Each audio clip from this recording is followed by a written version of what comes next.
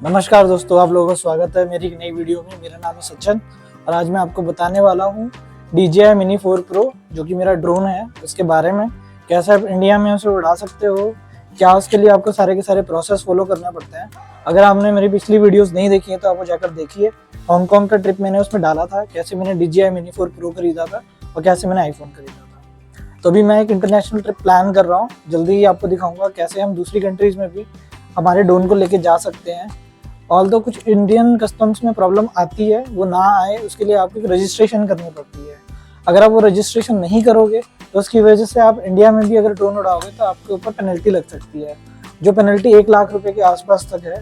Plus आपके कुछ restricted areas हैं, अगर आप वहाँ पर ड्रोन उड़ाते पकड़े जाते हो तो जैसे डिफेंस के एरियाज हो गए, आर्मी एरियाज हो गए, एयरफोर्स एरियाज हो गए, तो आप यहाँ पर ड्रोन नहीं उड़ा सकते। एयरपोर्ट हो गया, यहाँ आप ड्रोन नहीं उड़ा सकते। अगर आप ड्रोन उड़ाओगे तो उसकी पेनल्टीज़ हैं, जैसे मैंने बताया 1 लाख रुपए वो लग सकता है। प्लस आपका ड्रोन जो है वो सीज हो सकता है, प्लस आपको इम्प्रिजनमेंट हो सकती है, आपको जेल हो सकती है। तो ऐसी कोई भी गलती ना करो। इसके लिए मैं आज आपको पूरा डिटेल में समझाने वाला हूँ क्या है इंडिया के अंदर ड्रोन्स के लॉ, कैसे आप उनको फॉलो कर सकते हैं और कैसे आपको पता लगेगा कैसे सारा का सारा प्रोसेस काम करता है, किस जगह पर आप ड्रोन उड़ा सकते हैं, किस जगह पर नहीं, वो सारा मैं आपको दिखाने वाला हूँ। चलिए मैं स्क्रीन पे शेयर करता हूँ आपके साथ।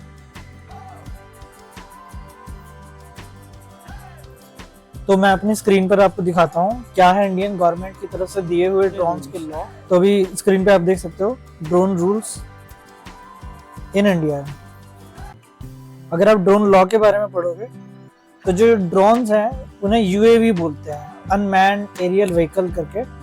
तो आप इंडिया में ऐसा नहीं है सभी जगह पर ड्रोन उड़ा सकते हो, कुछ स्पेसिफिक एरिया हैं जहाँ पर आपको ड्रोन उड़ाने से रिस्ट्रिक्शंस हैं।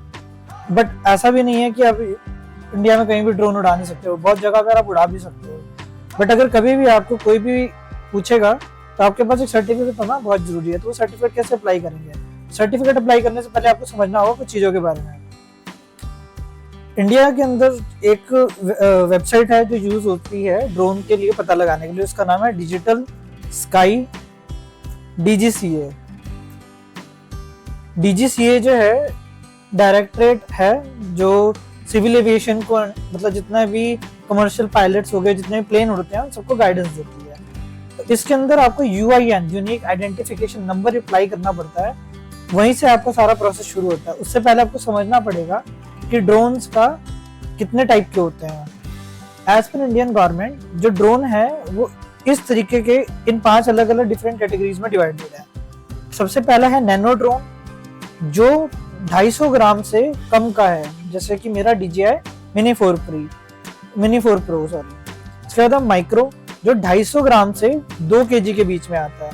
फिर है स्मॉल जो 2 kg से 25 kg के बीच में आता है। फिर है मीडियम जो 25 kg से 150 kg के बीच में आता है। और उसके बाद आता है लार्ज जो कि 150 kg से ऊपर का होगा। ठीक है, तो ये तो हो गई ड्रोन्स की कैटेगरी।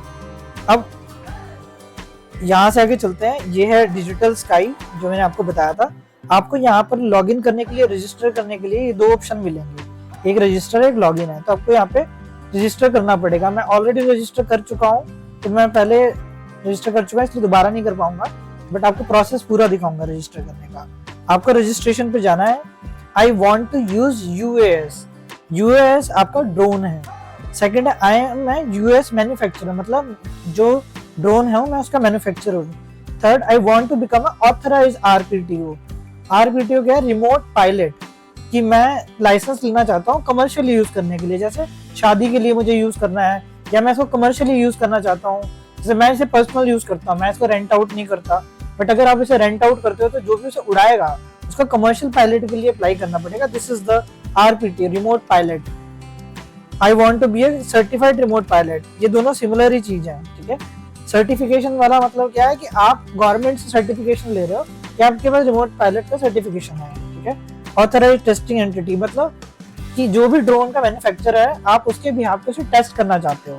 ठीक है, तो मैं इसे पर्सनल यूज के लिए ले रहा हूँ, तो मैं I want to use as an individual, a company, individual. Full name जैसे मेरा नाम सचिन है। ठीक है, आपको पूरा फॉर्म भरना पड़ता है। Email ID IM Gumakkad Sachin@gmail.com। ठीक है, ये वेरीफाई होगा। उसके बाद फोन नंबर, मैं इसमें अपना फोन नंबर डाल रहा हूँ। अभी मैं सैंपल के लिए कुछ भी डाल रहा हूँ, ठीक है। पासवर्ड, यहाँ पर एक स्ट्रॉन्ग पासवर्ड आपको क्रिएट करना होगा।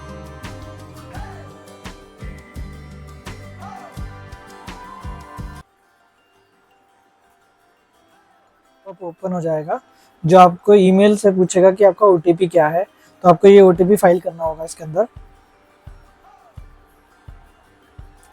इनकी वेबसाइट में कुछ दिक्कत रहती है, कभी कभी ये ज़्यादा टाइम ले लेती है। तो जब आपका एक बार ईमेल का ओटीपी आ जाएगा, जैसे मेरी ईमेल, उसके बाद आपके फ़ोन का ओटीपी आएगा, वो आपने वेरीफाई कराना है। जब आप वेरीफाई कर लोगे, उसके बाद आपको मैनुअली लॉगिन करना है। जब आप लॉगिन कर लोगे, आपको अपना डैशबोर्ड दिखेगा कुछ इस तरीके का, जैसे ऊपर मेरा नाम लिखा आ रहा है सचिन। आपको यहाँ प्लस पे क्लिक करना है, यहाँ होगा ऐड अ यूएएस, मतलब आप ड्रोन ऐड कर सकते हो। क्रिएट अ फ्लाइट प्लान, तो फ्लाइट प्लान का मैं आपको बताऊंगा। पहले हम यूएएस की बात करते हैं। यहाँ पर आपका ड्रोन जो है वो रजिस्टर होगा, आपको मैन्युफैक्चरर का नेम देना होगा। जैसे मेरा था DJI, ठीक है। अगर आप मॉडल नंबर से भी सर्च कर सकते हो, DJI Mini 4, ये देखिए DJI Mini 4 Pro, DJI Mini 4 Pro। मैं इस पे क्लिक करता हूँ, तो ये वाला ऑलरेडी मेरा मॉडल बना हुआ है, ठीक है। मैं दूसरा, मैं कोई और लेता हूँ। एग्जांपल के लिए मेरा है मैविक, ठीक है। जब मैं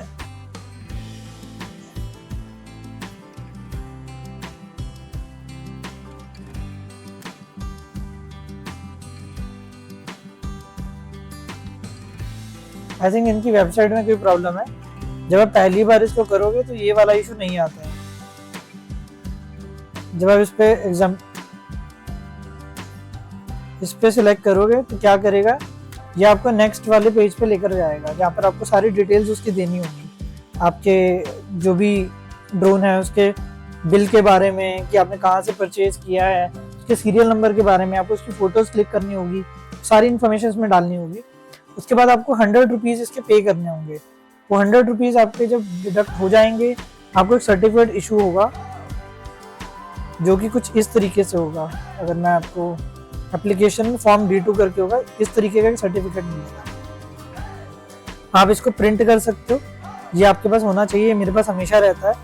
और अब बात करते हैं उस चीज़ की जो मैं आपको बताना चाह रहा था, कि हम कैसे पता लगा सकते हैं कि हम कहाँ पर फ्लाइट को उड़ा सकते हैं, ये ड्रोन को उड़ा सकते हैं, कहाँ पर नहीं। तो जो भी एरिया है वो 2 कैटेगरीज में डिवाइडेड है। पहला है ग्रीन, दूसरा है रेड। जितना भी एरिया आपको ग्रीन दिख रहा है, वहाँ पर फ्लाइट उड़ा सकते हैं ड्रोन की। बट ऐसा नहीं है कि आप बहुत ज़्यादा हाइट तक उड़ा सकते हैं। आपकी मैक्सिमम हाइट 120 मीटर से ऊपर नहीं होनी चाहिए। अगर आप 120 मीटर से ऊपर जाओगे तो आपको उसके लिए परमिशन लेनी होगी, चाहे आप ग्रीन में क्यों ना उड़ाओ, ठीक है। एग्जाम्पल के लिए, अब मैं गुड़गांव में रहता हूँ, और गुड़गांव में जितना भी दिल्ली का एरिया आप ये देख रहे हो, सारा का सारा रेड है। गुरुग्राम में जो राजीव चौक है, अगर आप लोग गुरुग्राम से हो तो ये राजीव चौक है, इसके आसपास के जितना भी एरिया ये रेड है, आप यहाँ पर नहीं उड़ा सकते। जैसे मैं सेक्टर 9A के पास रहता हूँ, तो यहाँ पर जो एरिया है ग्रीन है, तो यहाँ मैं उड़ा सकता हूँ, ठीक है। अब अगर आप रेड एरिया में उड़ाओगे तो क्या होगा, अगर आपको पुलिस वालों ने वेरिफिकेशन के लिए रोका, तो पहली बात तो रेड एरिया में आप नहीं उड़ा सकते। अगर रोका तो आपका चाहे लाइसेंस भी क्यों ना हो, वो आपका लाइसेंस कैंसिल कर देंगे, आपका ड्रोन सीज कर लेंगे। रेड एरिया में आप बिना परमिशन के नहीं उड़ा सकते। अब आपको परमिशन मिलेगी कैसे? देखिए, जब आप इस वेबसाइट में होंगे तो यहाँ पर आपको लोकेशन दिख जाएगी, ठीक है, कि आप कहाँ कहाँ पर ड्रोन को फ्लाई कर सकते हो, कहाँ कहाँ पे नहीं। अब मान लीजिए मैं गुरुग्राम सिलेक्ट करता हूँ इसमें, तो गुरुग्राम के सेंटर में ले आएगा। तो गुरुग्राम के सेंटर में, जैसे मैंने आपको पहले बताया, कि कुछ जगहें हैं जहाँ पर आप उड़ा सकते हो, कुछ जगह पर नहीं उड़ा सकते, ठीक है। अब मान लो मैं एक प्लान करना चाहता हूँ, ठीक है, अप्लाई करते हैं। मान लो 10 तारीख को 16 बजे से 10 तारीख को 17 बजे तक मुझे 200 फीट तक 300 फीट गुरुग्राम में सबमिट करना है, ठीक है, अप्लाई करना है। तो देखिए, जो भी एरिया ऐसा होगा जहाँ पर रेड है, वहाँ पे मुझे परमिशन नहीं मिलेगी। मान लीजिए मैं इतने एरिया में उड़ाने की परमिशन मांगता हूँ, बस यही चौक और इन सब के आसपास, तो यहाँ पे मैं अप्लाई करता हूँ और सबमिट करता हूँ। तो इनकी वेबसाइट में कुछ प्रॉब्लम चल रही है, सबमिट हो नहीं रहा है यहाँ पे।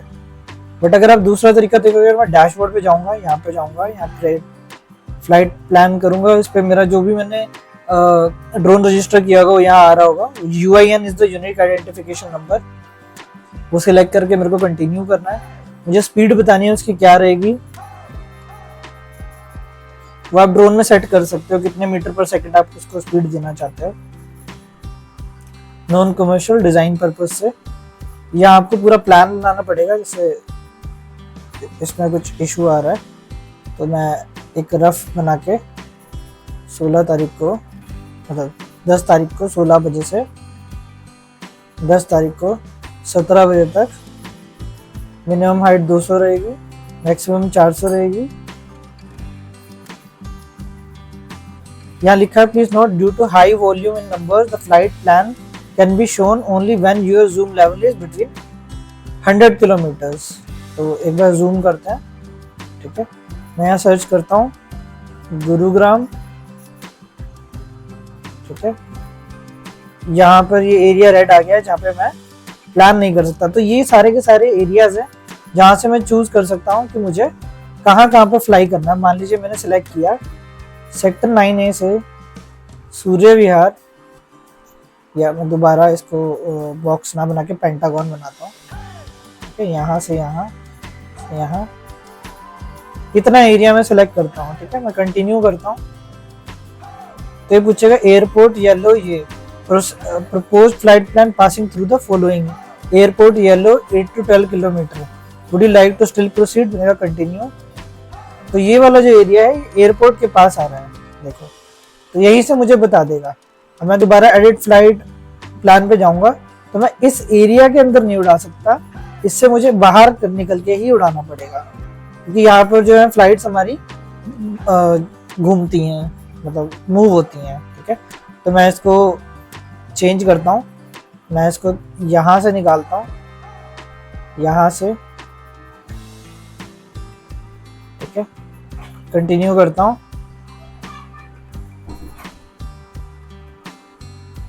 ओके। ये जो है एरिया ज़्यादा हो गया है तो मुझे इसको थोड़ा सा कम करना होगा।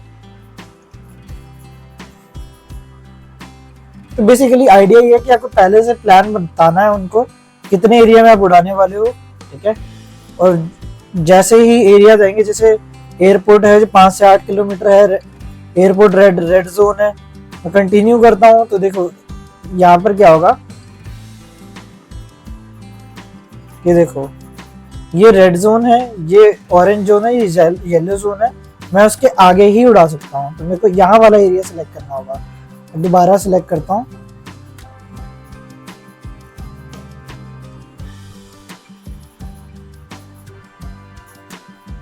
ठीक है। कंटिन्यू करता हूँ, अगेन ये येलो जोन है, दोबारा एडिट करता हूँ,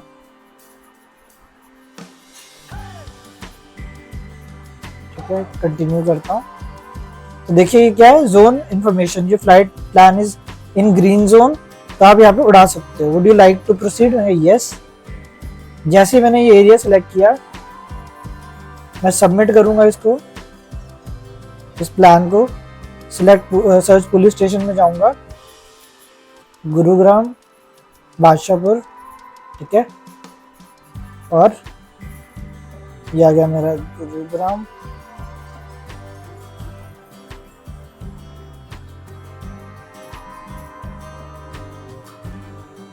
और कंटिन्यू करता हूँ, ठीक है। तो व्हाट इज द पेलोड, तो 240 ग्राम,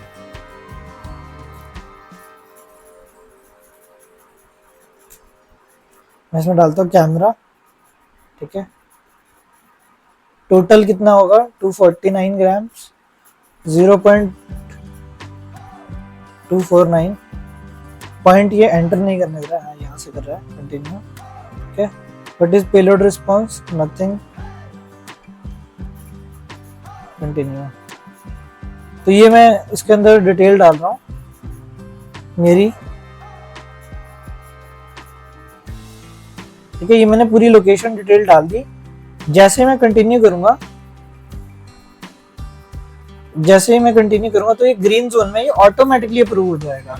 अगर ये येलो में ऑरेंज जोन में अप्लाई करूंगा तो उसके लिए मुझे रुकना पड़ेगा, वेट करना पड़ेगा अप्रूवल के लिए। तो यहाँ देखो, congratulation, flight plan has been approve. इस तरीके से मैं किसी भी जगह पे उड़ाने से पहले फ्लाइट प्लान भी अप्रूव कर सकता हूँ। और अगर मैं डैशबोर्ड पे जाऊंगा तो यहाँ मुझे लिखा आएगा कि मैंने जैसे 4 पहले भी कर चुका हूँ, मैं ये 5वां प्लान है जिसके थ्रू मैं कर सकता हूँ। और ये डिटेल्स है, मैं व्यू डिटेल्स पे क्लिक करूंगा तो यहीं से मैं इसको यूज कर सकता हूँ। ये इसकी परमिशंस है, ये ऑलरेडी अप्रूव्ड है। अगर कोई मुझे ड्रोन उड़ाते हुए रोकेगा तो मेरे पास ऑलरेडी परमिशन है इस टाइम से इस टाइम तक उड़ाने की। इससे क्या है कि मैं भी सेफ हूँ, मेरा ड्रोन उड़ाने के लिए मुझे पहले परमिशन मिल चुकी है, और पुलिस वाले भी सेफ है कि उनको पता है कि कोई भी अनप्लान्ड बंदा यहाँ पर नहीं उड़ाएगा। तो दिस इज द इट। और उम्मीद है आपको ये वीडियो अच्छी लगी होगी। अगर अच्छी लगी है तो इसे लाइक करना मत भूलना, और कुछ नया सीखा है तो जरूर ज़्यादा से ज़्यादा लोगों के साथ शेयर करना।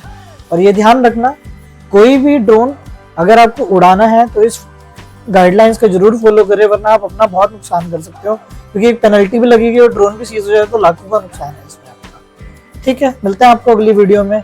Bye bye.